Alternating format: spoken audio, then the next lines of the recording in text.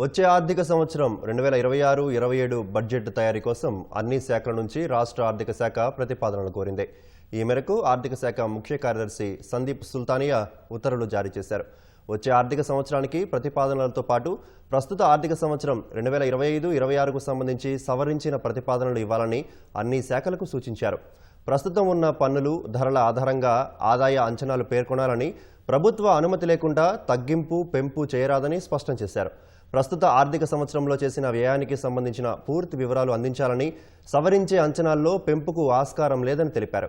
అన్ని శాఖలు, కార్పొరేషన్లకు డిసెంబర్ 31వ తేదీ వరకు ఉన్న మొత్తం రుణాల వివరాలను నిర్ణీత నమూనాలో పొందుపరచాలని, ఎక్కడైనా పొరపాట్లుంటే తీవ్రంగా పరిగణిస్తామని పేర్కొన్నారు.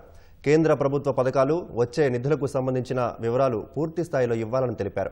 శాఖాధిపతులు జనవరి 3వ తేదీ వరకు బడ్జెట్ ప్రతిపాదనలు సమర్పించాలని, ఆయా శాఖల కార్యదర్శులు వాటిని పరిశీలించి 6వ తేదీ వరకు రిమార్క్స్తో ఆర్థిక శాఖకు పంపించాలని తెలిపారు.